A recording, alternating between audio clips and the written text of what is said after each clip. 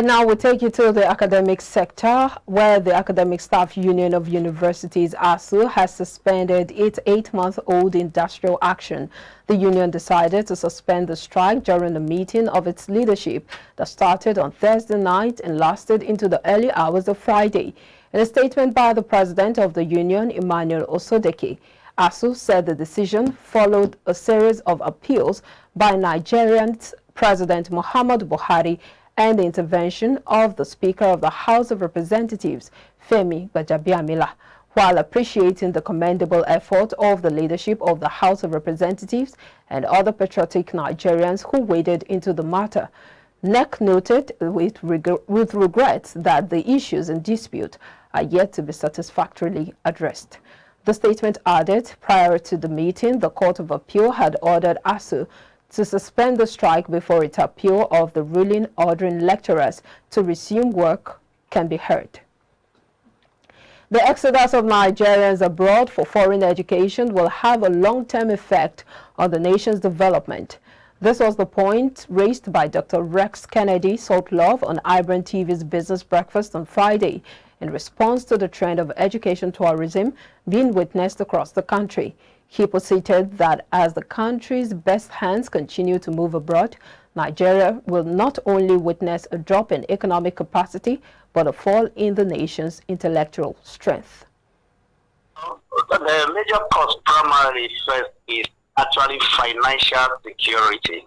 And that is very, very important. And then when you see people are leaving their lucrative job in quotes, going to the unknown in which they are not sure. Let me use that one.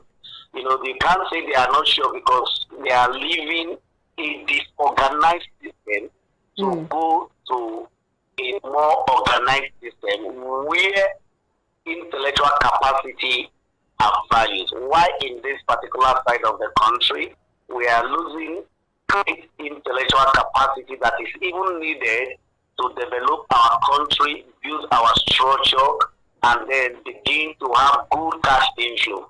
That is the issue. Based on the benchmark on my first answer on intellectual capital flight. If intellectual capital flight begin to happen in a country, and there is no way it will not begin to impact on the economy of the country also. So if the intellectual capital flight is going out of the country, obviously the capital, the finance, and other things will go into that particular thing. And this also are things that if they were injected into our educational system, and then we used to develop our institution and strengthen it against the backdrop of party strike that has been going on in this particular this thing. And the National Emergency Management Agency, NEMA, on Thursday in Lagos received 126 Nigerians who had been stranded in Libya as they returned home. The agency's acting coordinator of Lagos Territorial Office, Ibrahim Farinloye, confirmed the development in Lagos. Farinloye, who represented the Director General, Alhaji Mustafa Ahmed, said the Nigerians were received at the cargo wing of the Murtala Mohammed International Airport at about 4:22 p.m. He said the returnees were brought back to the country by the International Organization for Migration through a voluntary repatriation program. He said the returnees brought back comprised 46 male adults, 62 female adults, 2 male and 6 female children, as well as 4 female and 6 male infants.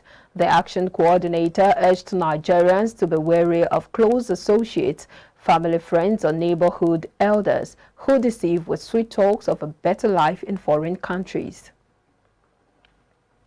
And still on NEMA, on Thursday, disclosed its commencement of the transportation of relief items from the National Strategic Reserve to all the states affected by flood in Nigeria.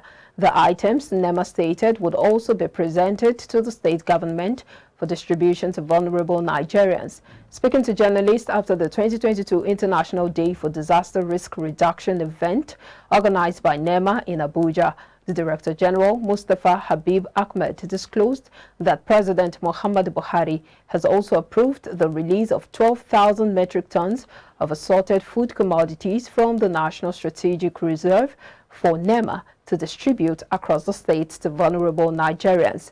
Reviewing the ongoing flood situation in the country, Ahmed acknowledged that NEMA and its partners were grappling with large-scale flood disasters across the country, which more than 500 lives have been lost.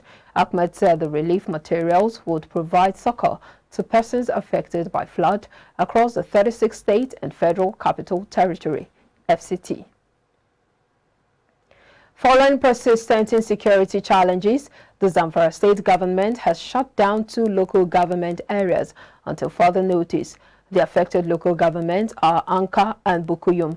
Similarly, some roads leading to some towns and villages were also closed down. The affected roads are Koloni to Lamba Boko Road, Bakura to Lamba Damri Road, Mayanchi Daki Takwas to Gumi Road, Daki Takwas to Zuru Road, Kucheri Bawanganga, Wanke Road, Magami to Dangubi Road, and Gusau to Magami Road. Also closed down are Danjiba and Bagega Market, where animals belonging to suspected terrorists were sold to the general public. Announcing the measures on Friday, the Commissioner of Information, Alhaji Ibrahim Magaji, said all movements are henceforth restricted in the aforementioned local governments and towns. Dosara said security personnel had been directed to deal ruthlessly with anybody found violating the restriction order. The measures, according to the Commissioner, were taken to facilitate and enable the gallant security men to conduct their operations without hindrances. A total of 2,187 confirmed cases of cholera, including 233 deaths, have been recorded in 31 states from January to September 25, 2022 in the country. This is according to the Public Health Advisory published by the Nigeria Center for Disease Control, NCDC, on its website on Thursday. The advisory noted that the outbreak of cholera had been exacerbated by limited access to clean water and sanitation facilities, open defecation, and poor hygiene practices.